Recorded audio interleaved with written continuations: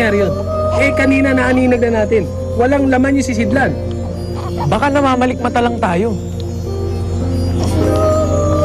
Almiro, alam mo na paraan para malaman mo kung anak mo ang sanggol na yan. Para mawala na rin ang pagdududa ng lahat.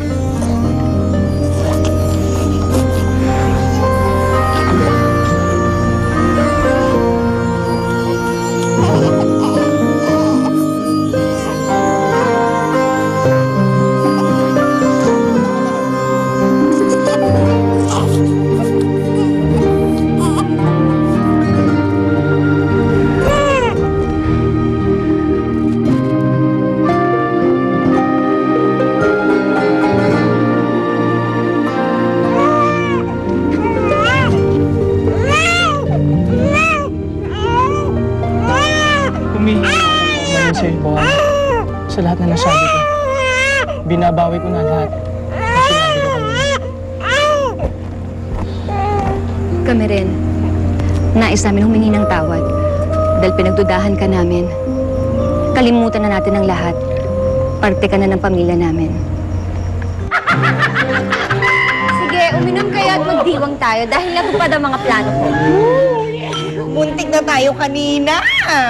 Akala ko nga katapusan ko na. Tsaka Mother B, anong hocus-pocus ang ginamit mo doon? Paano mo nilagay yung baby sa loob ng sisidlan bago nila nabuksan? Simple lang, Celine. Oras ang kalaban natin.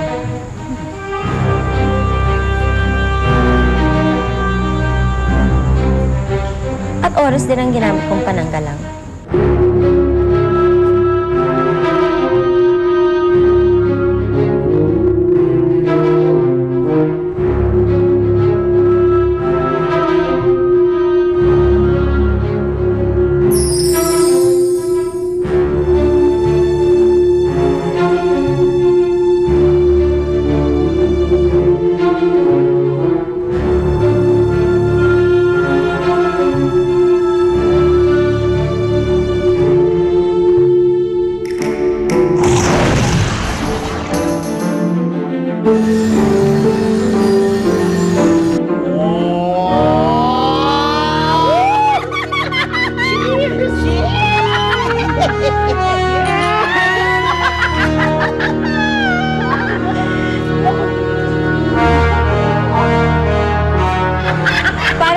Laruan na pinaikot-ikot ko sa aking mga kamay.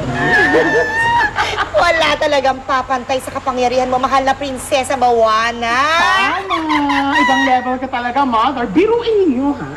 Last 2 minutes na lang, nagka-extension game pa.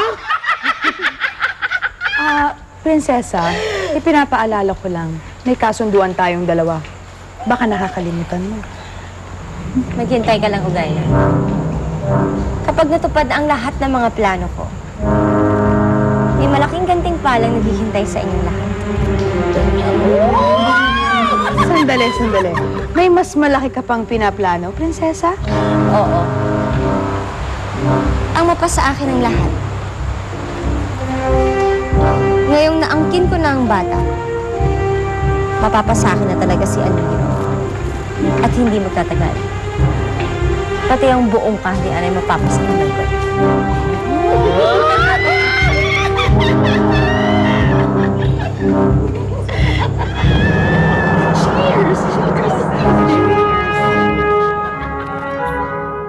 Nagtanong-tanong na ako tungkol kay Goray, pero wala namang makapagsabi sa akin kung nasan siya.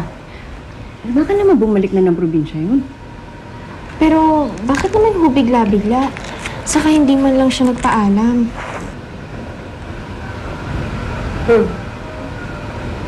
Natigilan ka. Hala. Ngayon ko lang kasi napansin na nabalbon pala si Princess. Pero nung nakita ko siya noong una, hindi naman siya balbon. Ate, baka hindi mo na napansin. Baka kasi nanghihina ka pa lang noon. Hindi ako pwede magkamali. Hindi talaga siya balbon. Lara, baka yan. Kasi di ba sakali ka lang ng anak, baka may nagbiro tapos pinalitan yung baby mo. Minnie, tigil-tigilan mo na nga panonood mo ng TV. Sa soap opera lang nangyayari yun.